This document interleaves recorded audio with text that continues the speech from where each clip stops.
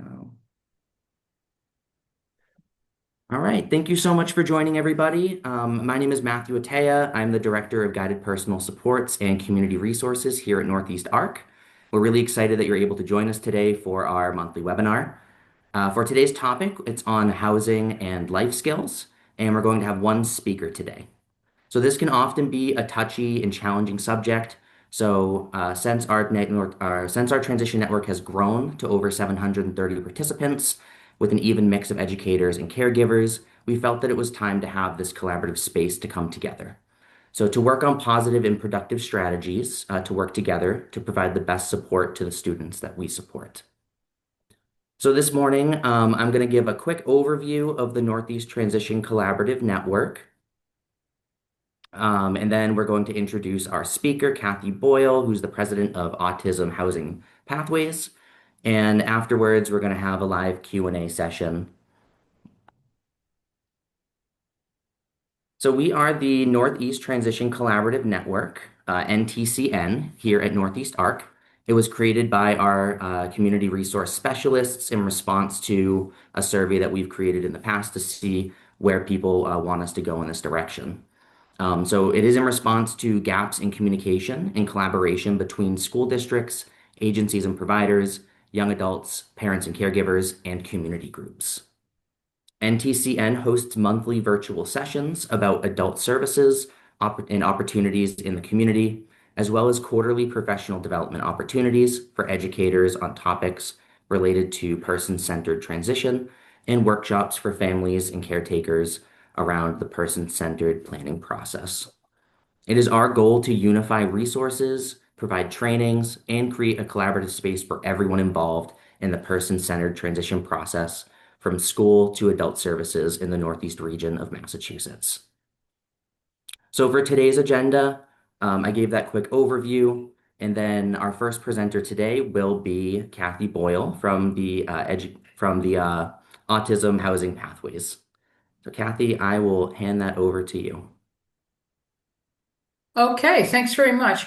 Mhm. I'm actually, I don't know if you just noticed, I got dropped off the meeting and then re-entered. I'm going Ah, to add my phone to the meeting so that okay. if we get stuck, Mhm. I'm still here in some way. Mhm. So give me one moment while I do this and then move my phone into a different room so we don't get a ton of feedback. Mhm. All right.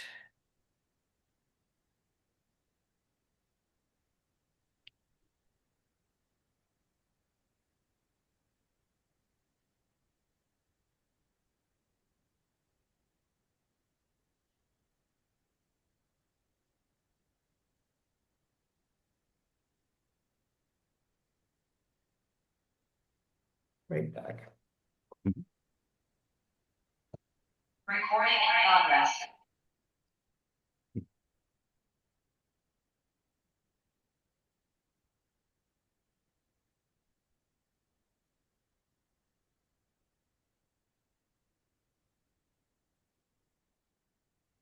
All right, thanks for your patience. Hopefully that won't be an issue. All right, so I'm going to share my screen and I'm going to start with just a slight little correction. As of 2 weeks ago, as part of my long glide path to retirement, I'm now the vice president of Autism Housing Pathways. Um, all right, now, okay, I think we're in business now. All right, so the title of today's session is Creating a Home, and a definition of home is a place where a person lives, often with family, and can refer to a house, apartment, or any dwelling that provides shelter and a sense of belonging. It can also represent a familiar environment or a place where one feels secure and comfortable. So I would simply put it as home is a place where you live and feel comfortable in your own skin. And our goal is a home, not a placement. And so if we come at this from a person-centered planning approach, we can identify a housing North Star. And our North Star is our ideal. And on our first slide, we have a schematic of a housing North Star. And you can see that housing exists as an element within our North Star, as one of the pillars supporting a home, but it is not a home in and of itself. We can describe it flippantly, but also accurately as three hots and a cot. Living skills are the skills we bring to bear to support living in the home, but not everyone is on a level playing field when it comes to living skills. So, this is where technology can come in. It's also where support comes in, but I want to make it clear that support is a much bigger concept than supportive services. Support also encompasses the emotional support necessary to be comfortable in our own skin, to actually be at home in our home. But the North Star is an ideal. It's something to strive towards. We should always have one, but that doesn't mean we will always achieve it. And my personal experience is that there are no rainbows and unicorns in adult services. Systems are structured around funding, staffing, eligibility, and contractual payment codes, whether we're talking about a full-blown group home or drop-in services in a subsidized apartment. And because of these limitations, I sometimes see people turning down housing options because they don't match up to their vision. We can liken this to turning down a perfectly serviceable cart horse because it's not a unicorn. The problem is, if we wait too long when a crisis occurs, we may not even have access to the cart horse. Instead, it can make sense to give our cart horse unicorn lessons. And what do I mean by that? I mean that because systems are the primary payment source for housing and services, we need to use them, but we should not be restricted to them. We can also tweak systems over time to improve the fit. In general, it's easier to adjust systems once we are inside them than it is to access them from outside. In other words, don't let the perfect be the enemy of the good. To give some concrete examples, a parent has been offered a group home placement for their daughter, but they would prefer the housemates were younger. The reality is that there is a dramatic shortage of group home beds. The home they've been offered is at least all women, which is important to them and close to home. It makes sense to take the bed now and keep an eye out for other options. Additionally, it's possible their daughter may wind up liking the housemates. Another example, a person has received an offer for an apartment in state-funded elderly housing. They would prefer a Section 8 voucher so they can rent an apartment where they would like. It's quite possible to move into the offered apartment and stay on the Section 8 list, then move when they receive a voucher. Additionally, the time in the offered apartment provides an opportunity to develop a rental history and a good credit score, which will be essential in using a Section 8 voucher. Plus, the person has an opportunity to access certain drop-in supports to help with living skills that are easier to access in project-based subsidized housing. A third example is a person who is at the top of the waiting list for a Section 8 voucher, but they are not yet ready to live independently. Their parents believe the person will have to turn down the voucher. But there are ways to use the voucher while continuing to work on skill development, including converting the garage in the family home to a studio apartment or renting a room from an extended family or a family friend.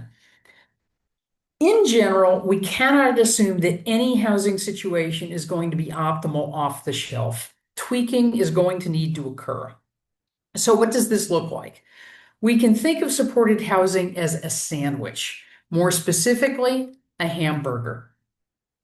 And in our hamburger, we're going to start from the bottom. The bottom bun is some form of housing subsidy, whether it's attached to a unit or in the form of a portable voucher. Anything else you can get the government to pay for is the burger. Private pay services and supports are the condiments like the mustard and ketchup. And the top bun is unpaid support from family and friends. The truth is that everyone has a burger, but everyone's burger looks different. We also need to maximize the bottom bun and burger so that our money will stretch far enough and we do not completely burn out family and friends. So how do we get there? Let's build our burger one layer at a time, and we're going to start with applying for affordable and/or subsidized housing. And this can be a very daunting task as there are over 5,000 housing waiting lists in Massachusetts. And the key is to use a strategy. And we can illustrate this using a color-coded housing search and application grid. The grid illustrates that if we look at our columns, that housing can be federally funded, state funded, or provided by private landlords at a below market rate, generally because they receive tax credits. A subsidy can be attached to an address, which is our first row. And that means it's affordable while you live there, but it does not travel with you. Um, and in our bottom row, we have a subsidy. It can be attached to a person, meaning the affordability travels with the person in the form of a voucher or coupon. And different housing programs can be assigned to cells in the grid. We have a video explaining the grid in detail, which when you get the slides and the notes, you'll have a link to the video. And as a rule of thumb, you're going to want to complete a basic set of applications, and this is where the color coding comes in. The Section 8 portable voucher, which is on your bottom left, is in gold. And directions on this are at our website, 18section8.org. And next, we're going to look at the blue, which is the Common Housing Applications for Massachusetts application for Massachusetts programs. And that is, as the title would imply, for state-funded housing. And in this case, you can see that we are looking at site-based housing in our top row. And in our bottom row, we're looking at two portable vouchers. One is the Alternative Housing Voucher Program for Younger Adults with Disabilities, and MRVP, which is for anyone who income qualifies. And in the public housing on the top row in particular, the one that is frequently the best fit for people with intellectual developmental disabilities is the elderly disabled housing. 13.5% of units in state elderly housing are set aside for younger adults with disabilities. Okay, and so if we move over to the purple, depending on the person's situation, it may be helpful to do 2 or 3 applications out of the purple. And when I say applications, I don't mean categories. You could have, 2 of them being out of federal elderly disabled and one of them being, an AMI unit, which stands for area median income.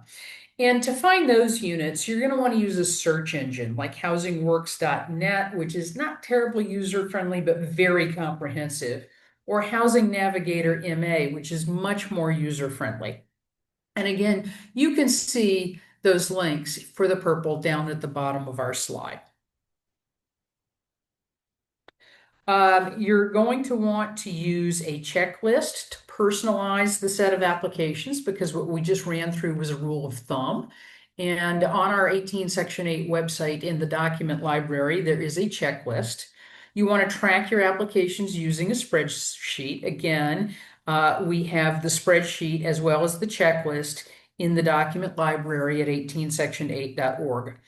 And also in the document library, the first link on the page is a much, much longer presentation just on applying for housing. And we have detailed directions on all of these housing types at 18section8.org. Click on other ways to apply for housing.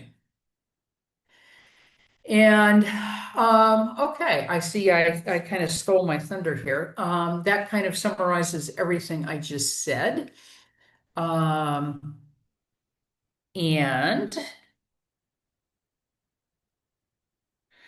so now that we've talked about our bottom bun, let's move on to our hamburger, which is anything else the government will pay for. And our chart of funding streams begins with what I call the housing equation up on our top row here, which is bricks and mortar expenses plus food plus supportive services equals your bare bones housing. And under each of these is a column of resources that can be used to help pay for them. Under bricks and mortar, we have SSI, SSDI, Section 8, other affordable housing, uh, DDS, DMH, energy and utility assistance, and private resources, aka your own money.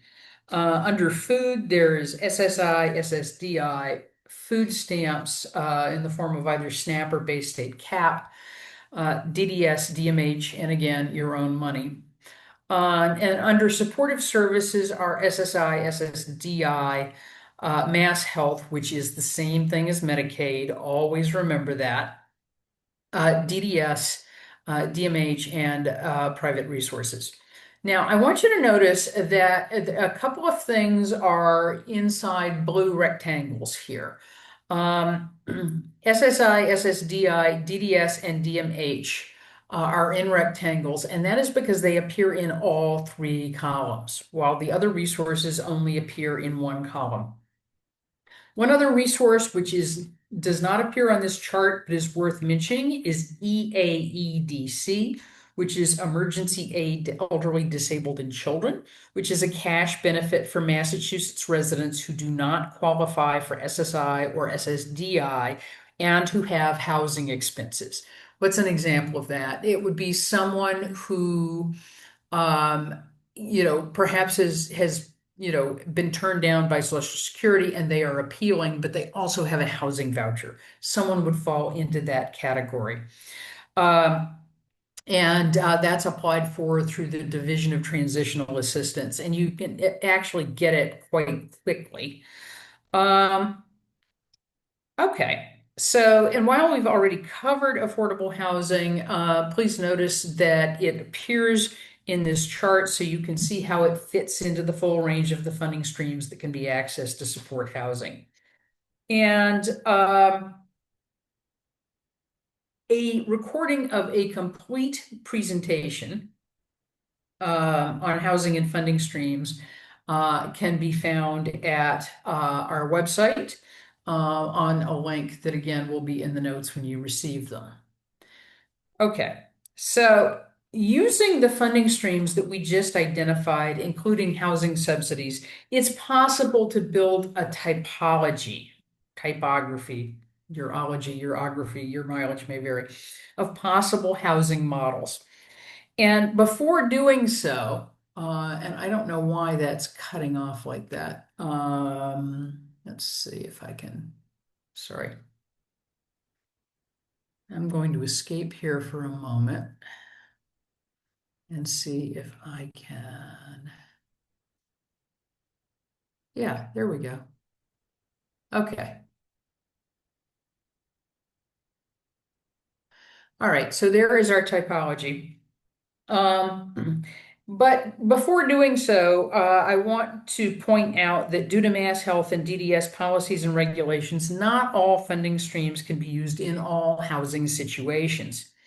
And this typology takes this into account in the sense that what we have here is these little housing models with a breakdown of the funding streams that can be used in each one. These appear as building blocks. And by the way, a PDF of this document is at the link on the left. In our chart here, the person with a disability is blue. A family member is blue with family superimposed on them. Anyone who is paid to provide support is in red, and green is anybody else, a roommate, a next door neighbor, what have you. And we have 7 basic funding living arrangements on this slide. And they are starting from the top left, the family home, where a non-custodial family member provides support, for example, as an adult family care provider, or support comes in periodically, perhaps a PCA or some DDS support hours. On our top right, we have the family as landlord. So imagine you've converted the garage to a studio apartment. The individual lives in an attached unit with support that comes in periodically. Maybe that's in DDS individual support hours, maybe it's PCA, maybe it's a combination of the two. And then on the second one on the right, we have the family as landlord with live-in support. And in the illustration, we see the individual living in the attached unit with live-in support. And that's one way to do it. Another way to do it is kind of a reverse model. Maybe you have a duplex or you've added a two-bedroom accessory dwelling unit, and mom and dad have downsized into that unit. And the individual is staying in the main part of the house with a live-in caregiver and maybe a roommate or two, depending on what the funding streams are, that can help make things more affordable and also provide some socialization. Now, moving to our left in the second model down, live-in support. This looks a lot like what we just looked at, except it's no longer under the roof of the family home. And this could be either an apartment that is controlled with a voucher. It could be, a subsidized apartment and family housing, two-bedroom unit. It could be a house where there's a caregiver and some roommates.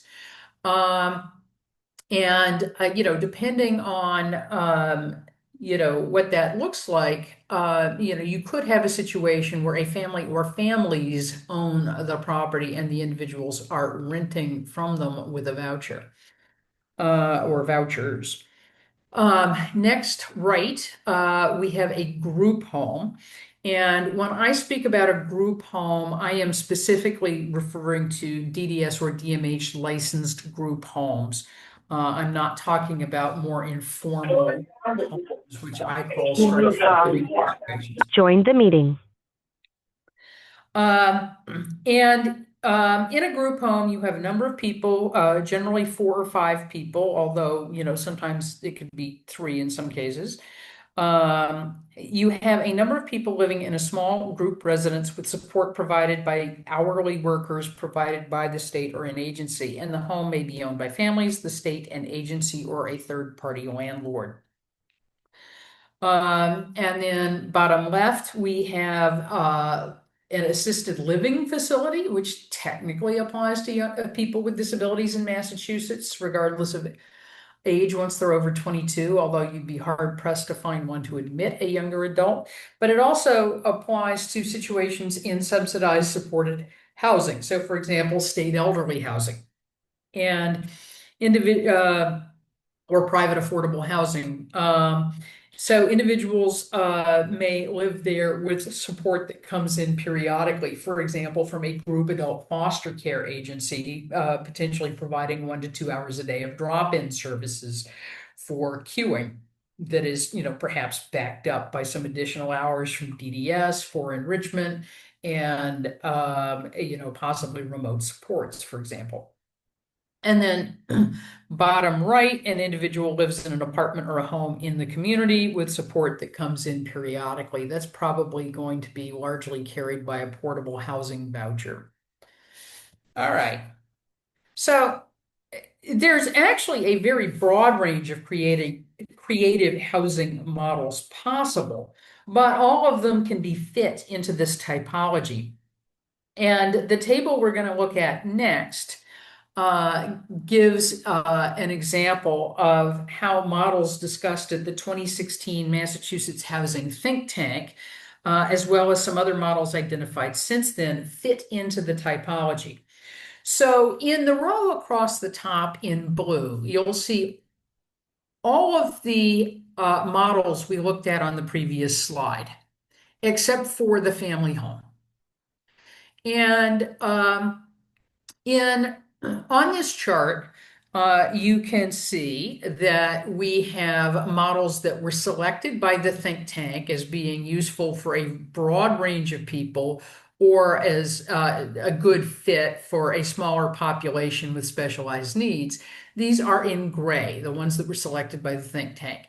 The yellow are the ones that were considered by the think tank, and they met, they met criteria in terms of, what DDS policy would support, but they did not rise to the top in the discussions among stakeholders as meeting the needs of the broadest range of people. Um, and then the green are a couple of other models that have come up since the think tank. And now, one of the things I really want you to notice about this chart is that most models fit into multiple columns. The only exception being, under group home, we've got our licensed congregate and our intensive medical behavioral supports. That's the only one that's in a single column, other than CAS housing. So those three are the only ones that are not across multiple columns. Um, and, you know, while this all gives us a place to start, the truth is the typology that we've developed has holes in it. The identified funding streams will not completely cover the cost in most cases, which brings us back to our supported housing sandwich, specifically to the condiments, which are additional paid supports and services, and the top bun, which is unpaid support from family and friends. And, this is where our cart horse really starts working on its unicorn lessons. In terms of paid supports and services, there are agencies that provide private coaches and drop-in services, as well as some that provide private pay group living situations for those who need relatively little support. Assistive technology may be an additional cost. And while in some cases, DDS or Mass Health dollars can cover part of these costs, and others they may not. And beyond paid support, and when paid support is not affordable, we're left with the unpaid support of family and friends. And this too is not an exhaustible resource, but it's one that can be cultivated to good effect. And to understand this, let's look at a model of circles of support. And in the drawing, we have a set of 5 concentric circles. The innermost one is labeled me. The remaining 4 circles are labeled 1 through 4, with 4 being the outermost. And circle 1 is our closest family and friends. Circle 2 is comprised of a less close family and friends.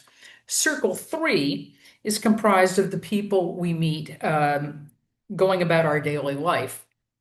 Circle 4 is comprised of the people paid to be in our life. And what I want you to take from circle 4, being the people paid to be in your life, is that all the services and supports we've talked about until now only fit in circle 4. And the truth is that everyone has circles of support. It's not a disability specific concept, but people without disabilities tend to have a roughly even number of people in each circle, while those with disabilities have people concentrated in circles 1 and 4, with the number in circle 1 dropping as they age. And so our challenge is to cultivate and engage people for circles 2 and 3 without putting too much pressure on any single person. And this work is ongoing. It needs to start early. It must be consciously undertaken and is not something we can generally expect the human services system to do for us. It is particularly important to recognize that circle 4, also known as the circle of exchange, is different from circle 2, known as the circle of friendship.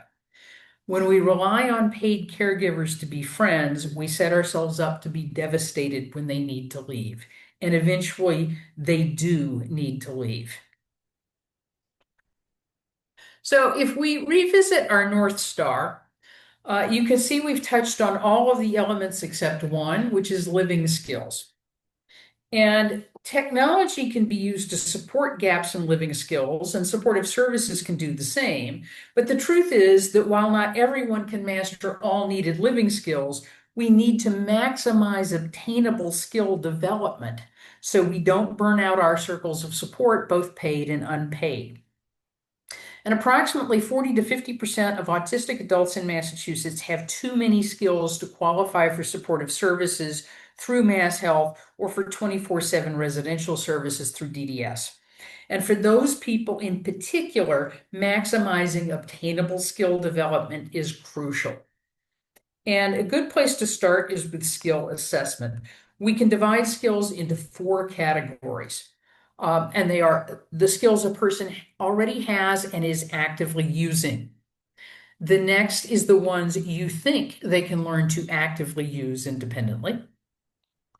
The third is the skills they will always need some help with. And the fourth are those that will need to be done for them.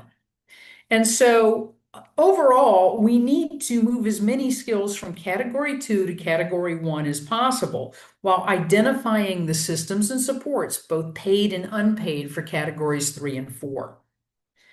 And so, with all of these concepts in mind, we can now introduce our final visual, which is the roadmap to housing. And the roadmap presents a 5 to 10 year timeline. Frankly, these days it's more like a 10 to 15 year timeline with 5 stops along the way. And they are number one, assessing skills and supports, identifying the skills the person has or can acquire, as well as those they will need help with or will need to have done for them. The reason that this is stop number one is because you can start it before somebody turns 18.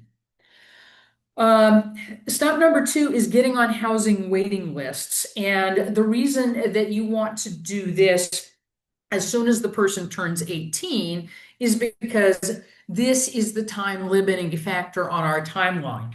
If you want the person to be living outside the family home at age 30, you need to be getting on these lists at 18.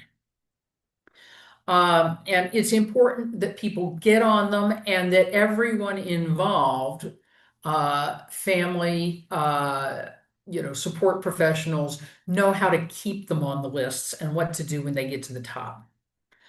Number three is applying for benefits. That's applying for the supportive services and cash benefits that can be used now. And ideally, this should also be done between 18 and 22. Number four is building skills, developing the daily living skills and using them. And so this is developing and implementing this, and it also includes developing and implementing systems to handle the skills the person will need help with or to have done for them. This is what we just talked about. This is we're going to move things from column two to column one, and we're going to work on supportive services and systems for things in columns three and four. And our systems and supports are going to draw upon your circles of supports, both paid and unpaid. And this step is our key activity while waiting for housing. And when we get to number five, moving in, we're going to execute our housing plan. And oh, by the way, we need to have a housing plan because when the housing authority comes calling with that voucher, they want all their paperwork back within 10 days of the cover letter, and you have 60 days to use or lose the voucher or unit. So you have to have what I call a shovel-ready plan ready to implement. That does not mean your person needs to be ready to live independently. It means you have identified how you're going to use the housing in whatever form it takes. And you've clued you're going to clue everybody in on this is how we're going to implement our supports and systems. And we will find when we do this that what we are doing is generalizing skills and support systems to the new setting. But we're going to have to tweak it. We're going to discover that not everything works out of the box the way we hoped it would. And so we may need to add some additional services that are appropriate to the new setting. But above all, I want to emphasize the importance of step number four, because it's what makes step number five successful. Our goal is to have a shakedown cruise when the person moves into housing, not to build the plane while flying it. Okay, and so while the destination at the end of the road may be less than ideal, we can set a goal of ongoing improvement, again, tweaking. And so we can strap a horn on our cart horse and keep riding towards our North Star. All right. I'm going to escape that and stop the screen share. So we'll go from there. Awesome. Thank you so much, Kathy, for presenting today. Very helpful information for everybody. So I'm going to pass this over to Carrie Neenan, our Community Resource Specialist for the North Shore Area Office, to facilitate our Q&A. Matt. So as Matt said before, if anybody has any questions, please feel free to raise your hand or type it into the chat, or if you just want to pop off mute. We shouldn't have too many people talking at once, but I'll just kind of start things. Kathy, I thought it was really interesting just talking about, you know, having your plan for when the waiting list comes up. What are kind of the options if someone gets a spot, a Section 8 voucher or whatever it is, and they're not quite ready to live on their own? What do families do Okay. with that?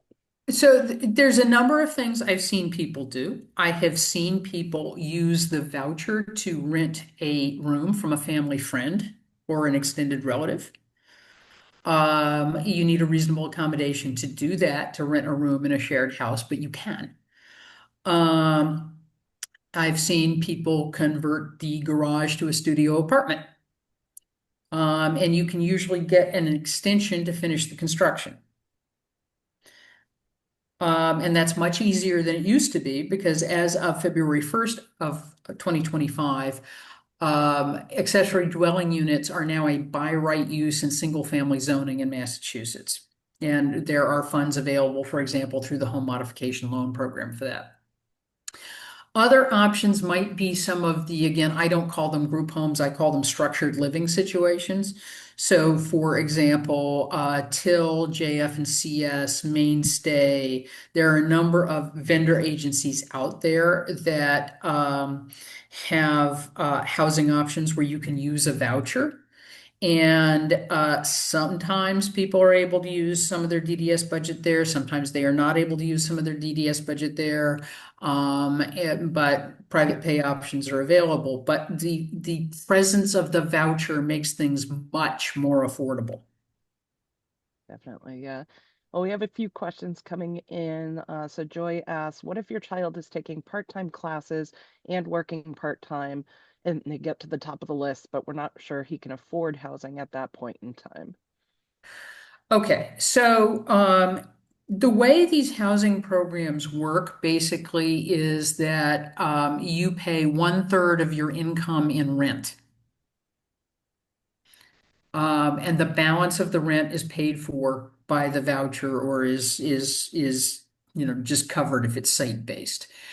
There is, if someone has zero income, there is an alternative minimum rent, which is usually, I think, $150, might be $50. I can't, I'd have to look it up, but it's not a lot, right?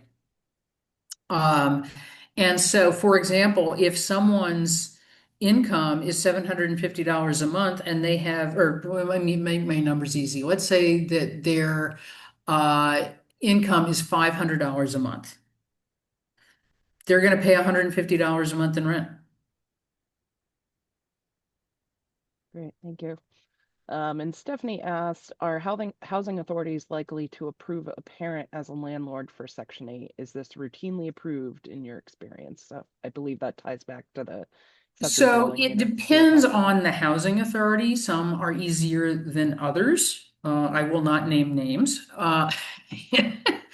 But the definition of a reasonable accommodation for disability is a change to a policy or a procedure that is necessary for the person to be successful in the housing program. And so what I would say is it's very important when you request reasonable accommodations, don't request them casually over the phone. That frequently will get you all the reasons why we don't do this. What you do is you put it in an email and say, make sure you use the phrase, I am requesting a reasonable accommodation for disability. And at that point, that magic language in writing will trigger a form for you to fill out. And in that form, you're going to list what the accommodation is, and you are also going to provide contact information for a clinician or medical professional. And when you send it back to the housing authority is going to send that professional another form. And you want to have prepped your professional, this form is going to be coming.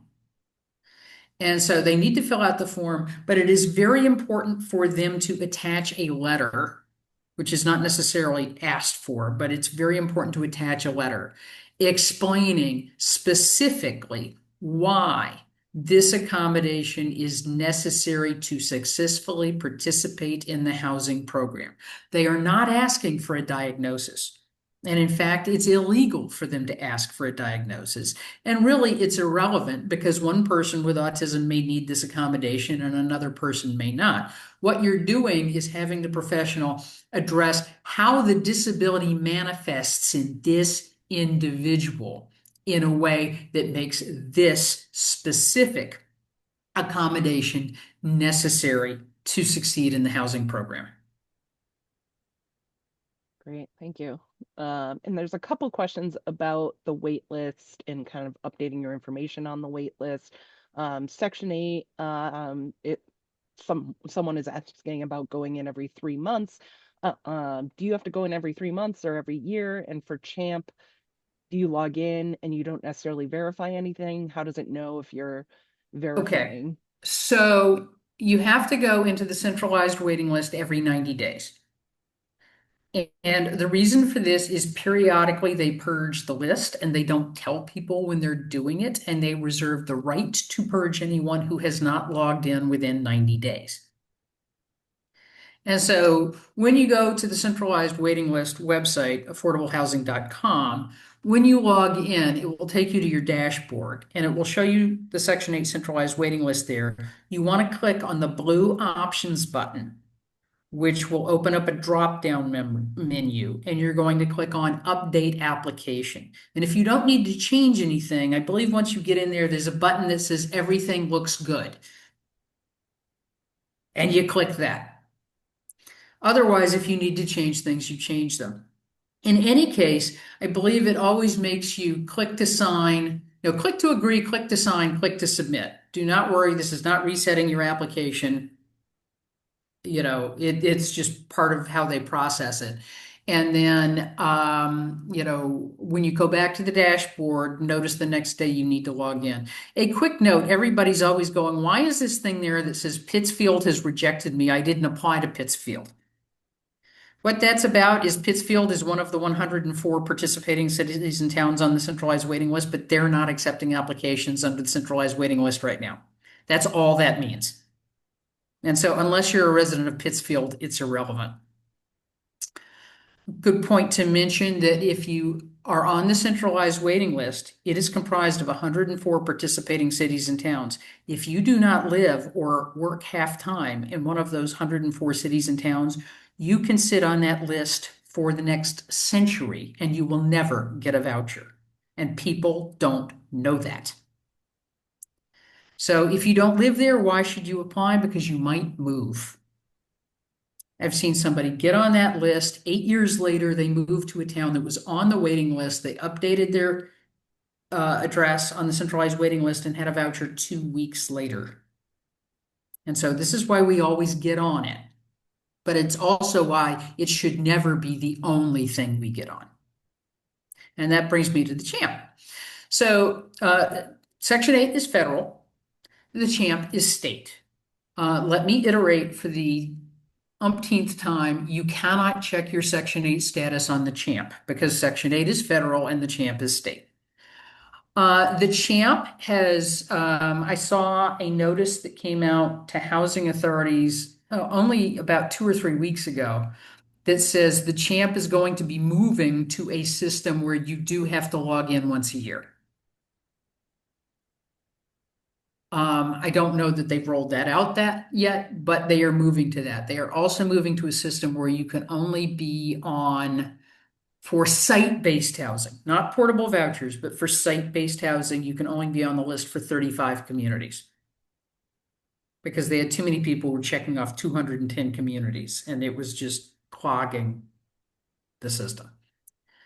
All right, the centralized waiting list is not the only source of Section 8 vouchers, but the other main source, the Executive Office of Housing and Livable Communities Section 8 Housing Choice Voucher Program waiting list is closed right now. We are cautiously optimistic it will reopen in 2026, but we'll take that as it comes. I think it's very important that people get on the champ because there's a lot going on with Section 8 right now on the budgetary level and on the regulatory level that could result in it being much harder to get Section 8 vouchers or to keep Section 8 vouchers. So it's very important that people do not put all of their eggs in that one basket.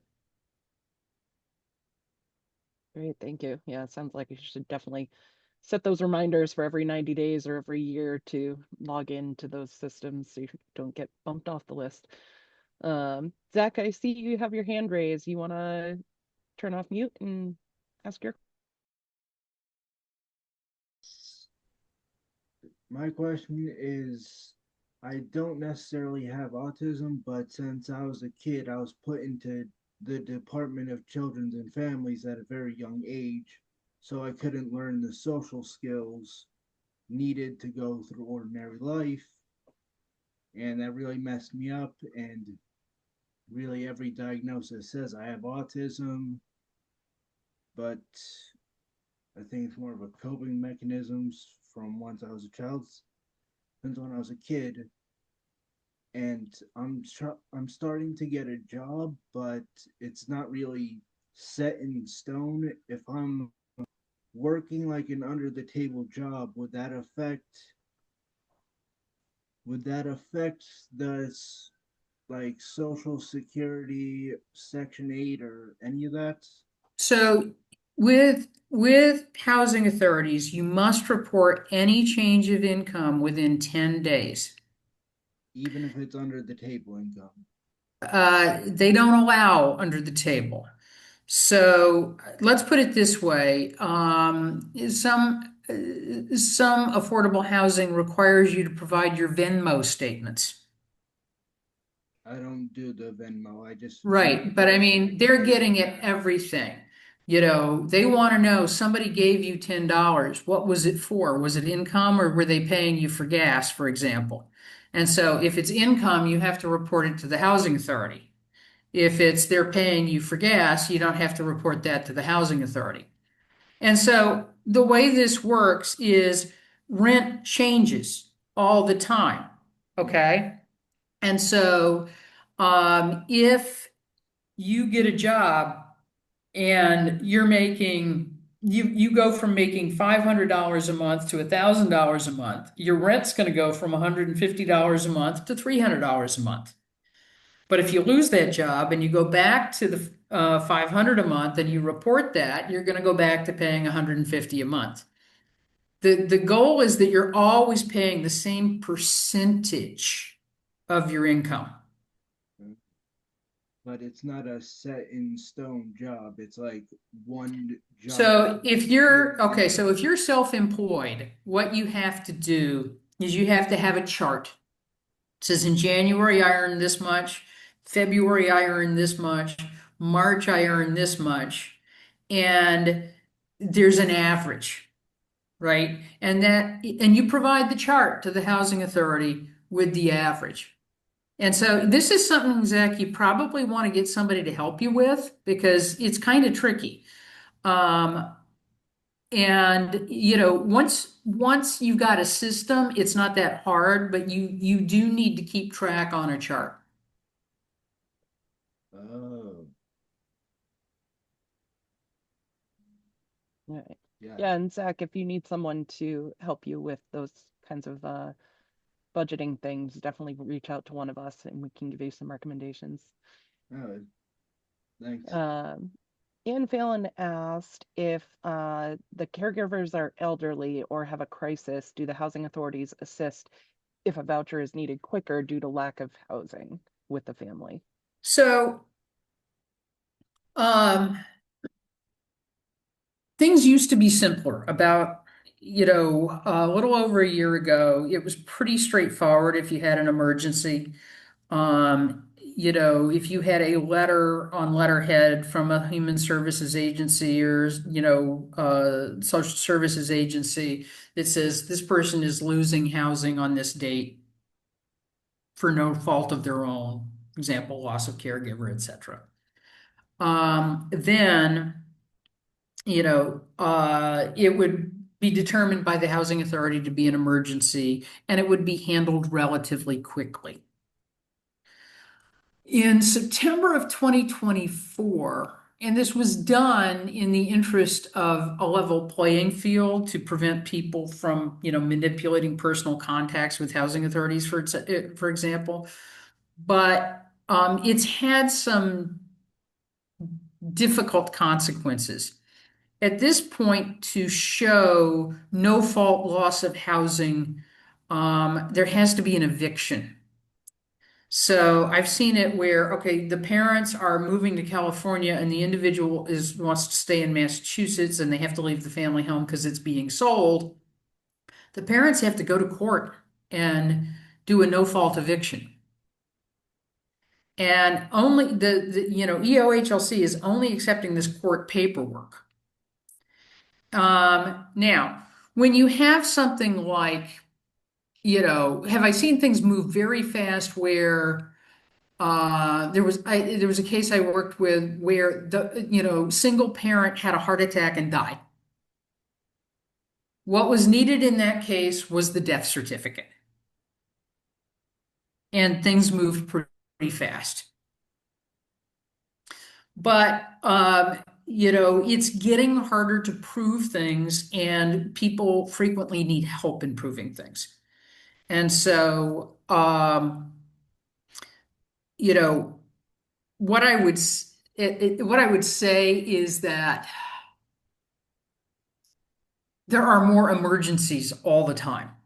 The pressures on the system are greater than I've seen in the last decade and a half. And so it's really important to get on those waiting lists when your kid is younger, before you think you're going to have a health crisis.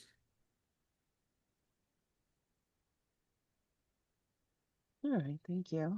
Someone else was asking, said they own a townhouse near their home. Is that something they could rent out to their child, likely with a roommate under a Section 8 situation? Yeah, there would have to be two reasonable accommodations for disability. One would be to rent from family, and the other one would be the HUD shared housing type, because that's what allows for the roommate. And the way that would play out is the voucher would pay for the bedroom of the voucher holder. The roommate would either have to pay their own rent or have a family member pay rent, or maybe they have their own voucher under the HUD shared housing type.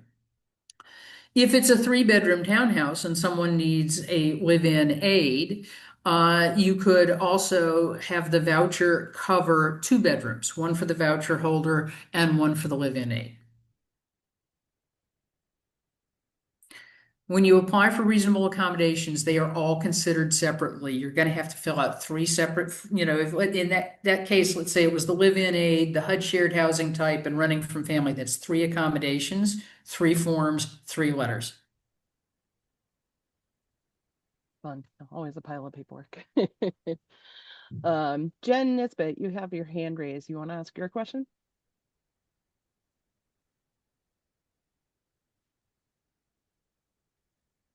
There you go. I just wanted to ask again about the CHAMP application verifying, because I had my son on CHAMP and he got dropped. And the last thing I used to do was to mail a return receipt envelope to the place you had told me years ago. Right. And it would come back. And then for some reason, I don't know if that just dropped off my radar. So I had to reapply. So now want to make sure I'm on and forever. Right. The CHAMP does have a new feature where Okay. it used to be, when you got notices, they came by mail, Yeah. snail mail. And if you missed the mail or it fell behind the radiator or you moved or the dog ate it or whatever, Yep. and They said you need to get back to us within 10 days and you didn't do it. Yep. It was a problem. Now they have options to say, I want to receive notices by email and paper. Okay. All right. So I'll look make for sure that. you click that. Okay. Yeah, because I think the card went somewhere because it stopped coming. Yeah. Thank you. Thanks. We are coming up to 10 o'clock. Kathy, do you have a few more minutes to stay and answer a Sure. couple more questions? Mhm. Because I think we'll just, people need to drop off, that's fine, but we do have a few more questions in here. Someone was asking if the CHAMP waiting list is as long as Section 8. It's really hard to tell. And it depends on what it's for. So in general, the portable state-funded vouchers, the AHVP and the MRVP, the only people I see get those are homeless or they live in the town served by the housing authority that has the voucher. And so I always recommend people get on all of the MRVP and AHVP waiting lists, even knowing that, because I've seen people become homeless rather unexpectedly. And so it's a good thing to be on. Frankly, the lists that move the fastest are these state elderly housing units set aside for adults with disabilities. Good to know. And so are the affordablehousing.com and the executive office of housing and livable communities, are those different Section 8 wait lists? Correct. Okay. The best way to think of this is HUD is the voucher fairy.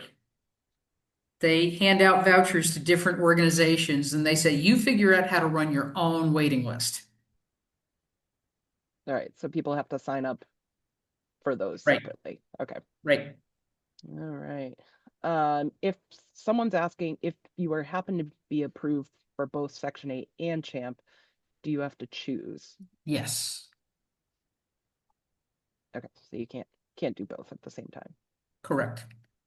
All right. Do you have information about, someone's asking which skills need to fit the different levels of housing and how many people are on the waiting list for different housing recently? I Sounds don't like two have separate hard questions. numbers. What I can tell you is that nationally, only 25% of people who qualify for affordable and subsidized housing have it. And that's because there's just not enough inventory. Um, and so in terms of skill level, again, obviously with a portable voucher, you can use it in lots of different ways. I have two kids with disabilities. One lives in a DDS licensed group home. He's nonverbal, aggressive, self-injurious, and he has a Section 8 housing voucher. My other child graduated college, drives, has a disability, cannot hold a job, has a Section 8 voucher. So they are two very different people using their vouchers in very different ways. Thanks. And someone's asking for suggestions on how to research housing options or facilities, including private pay options.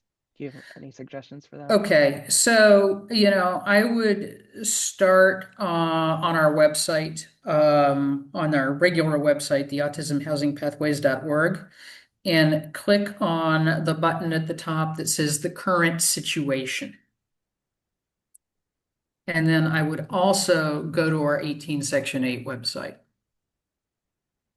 Great. And we will have a lot of these resources in our resource guide for this program that we're sending out after the program's over. So we'll send that out tomorrow with the recording of the program too, and Kathy's slides as well. And I will give a shout out. Monthly, we host something called Family Action Meetups to discuss different housing models every month. So if people are interested in that, there's a link on our website. Great. I think I got all the questions. If I missed anyone, if you want to raise your hand real quick, I think I got them all in the chat. But if we don't have any other questions, I'll turn it back over to Matt to wrap us up. Thank you so much, Kathy. Thank you.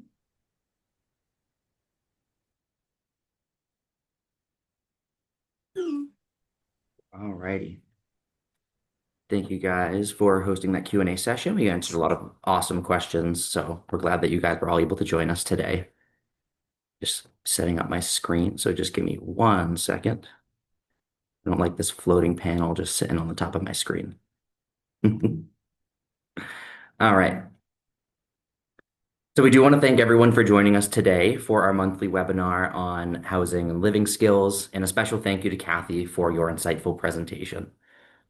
Like Carrie said, following today's session, sometime tomorrow, we will be emailing you the presentation slides, our resource guide, and our event guide. And all of these materials can be found available on ecommunityconnections.org, which is our website dedicated to sharing community resources and events throughout the Northeast region. And you'll also be able to access today's recording of today's session there as well. Also note, we won't be hosting a webinar in December, but instead we will be sending out a holiday newsletter filled with helpful resources, including sensory-friendly and inclusive events, some holiday shopping tips, and strategies for making gatherings more comfortable. And then our next monthly webinar will take place on Tuesday, January 13th, 2026 at 10:30 a.m. We'll be sending out a flyer and registration link will be included in our holiday newsletter. So keep a lookout for that for early December. Let's move forward. This is what the front of the resource guide will be looking like. So be on the lookout for we'll be receiving that tomorrow. And like I mentioned, no webinar in December, but we will be sending out that holiday newsletter.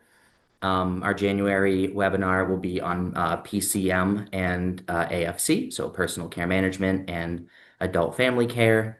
And in February, date is pending, but we plan on hosting our next webinar on alternatives to guardianship.